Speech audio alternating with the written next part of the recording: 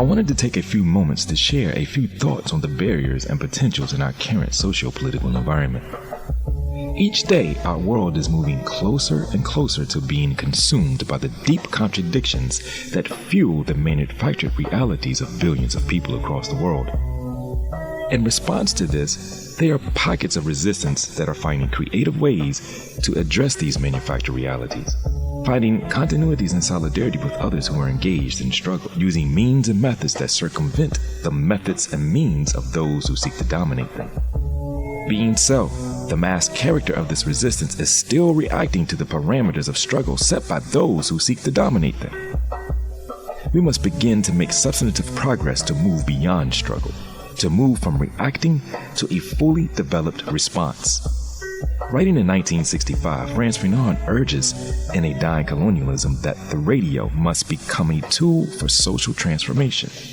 118 years before Fanon, a report on the proceedings of the National Convention of Colored People and their Friends, held in Troy, New York, on the 6th, 7th, 8th, and 9th of October, 1847, understood the role of and potential use of multimedia mechanisms in liberation. This report reflected, of the means of the advancement of a people, placed as we are, none are more available than the press. We struggle against opinions. Our warfare lies in the field of thought. Glorious struggle, God-like warfare, in training our soldiers for the field, in marshaling our hosts for the fight, in leading the onset, and throughout the struggle, we need a printing press, because a printing press is a vehicle of thought. It is a ruler of opinions. Are we asking and seeking the answers to the questions that deeply reflect on the conditions within which we live today? Can we see beyond struggle in order to chart paths towards that place of liberation? The question upon which this reflection is built is simple enough. How, after many, many years of struggle, many, many years of resistance and exposure to the deep structures of racism, critiques of racial capitalism, examination of the historical processes of domination, the long history of anti-slavery, the struggle against Jim Crow, sexual marginalization here in the United States, and on an international level, anti-colonial resistance in Africa and the Americas, explorations and warnings of neocolonialism, the struggle against apartheid in South Africa. At this point in history, we're right back at those moments. It seems to me in this present period, we know a lot, but understand very little. We are at a moment where people are mightily defending the myths of origin of the nation state and blindly accepting the myths of a post-racial world. All of this is cloaked within the promises of racial capitalism.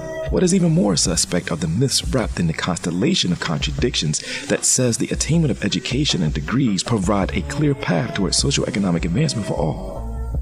How can we explain or tacitly accept the idea peddled by commentators, pundits, and others, where at best, every analysis that is centered on issues surrounding race, class, gender, sexual orientation, etc., end or begin with this statement: we have made much progress, but we have very far to go.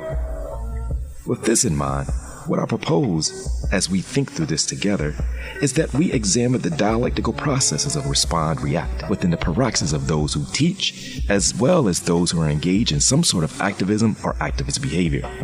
In an article published March 2016 in the Boston Review, written by Robin D.G. Kelly, titled Black Study, Black Struggle, he shares some ideas that I think can serve as a basis from which we can anchor this Thinking Out Loud session. In this article, Kelly says he wanted to share a few observations and speculations about the movement, its self-conception, and its demands, many of which focus on making the university more hospitable for Black students. I am not opposed to this, he says, nor am I questioning the courageous students who have done more to disrupt university business as usual than any movement in the last half-century. Instead, he says he wants to draw attention to the contradictory impulses within the movement, the tension between reform and revolution, between desiring to belong and rejecting the university as a cog in the neoliberal order. I want to think about what it means for Black students to seek love from an institution incapable of loving them, of loving anyone perhaps, and to manifest this yearning by framing their lives largely through the lens of trauma, Kelly writes. He wants to think about what it means for Black students to choose to follow Stefano Harney and Fred Moten's call to become subversives in the academy, exposing and resisting its labor exploitation, its gentrifying practices, its endowment built on misery, its class privilege often camouflaged in multicultural garb, and its commitments to war and security. Contextualizing this article, it is important to note that Kelly wrote this article as a meditation of the protests that were happening on college campuses that were engulfed in the flames ignited by the streets of Ferguson, Missouri.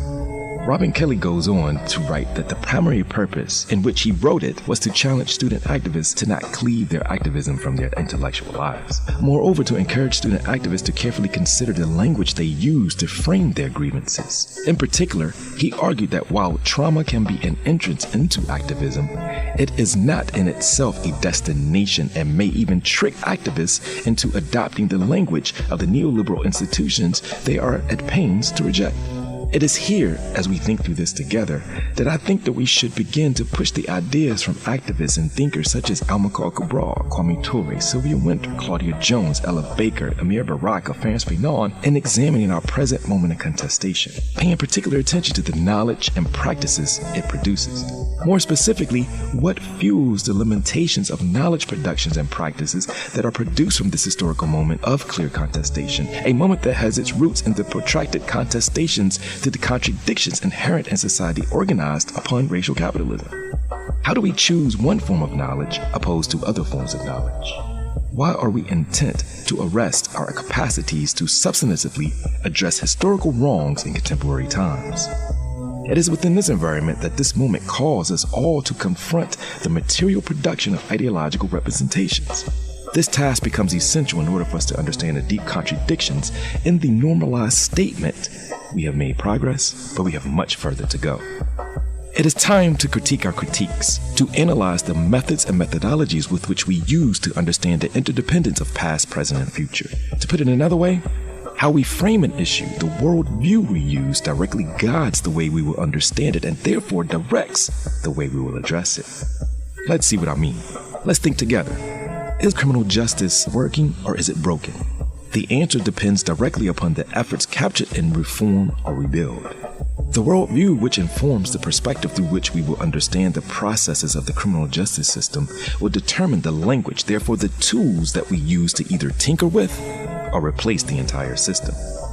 As we continue to think together, what is the difference between civil and human rights? Again, the discourse we use to frame specific or collective issues guides our capacities to see and or develop the necessary tools with which we seek partial or holistic remedy. Last one. Why is it important, particularly as it concerns debates in international law, to refer to the slave trade as the transatlantic slave trade instead of a human trafficking issue? To freeze the processes of enslavement, the ideological, material, and spiritual processes necessary to dehumanize a people, in time distorts and relieves those nations and peoples from responsibility, as the historically specific activities cannot be directly related to contemporary activities.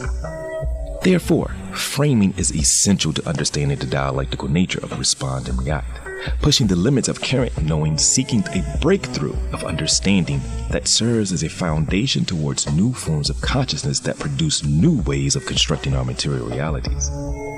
To be at a moment in the 21st century of 14th century ways of understanding the world through binary frames of reference begs us to consider, when will we, particularly those engaged in activism or some type of activist activity or some type of policy advocacy, stop reacting and start to substantively responding? Let's consider the conceptual use of social justice as currently understood to address age-old inequities.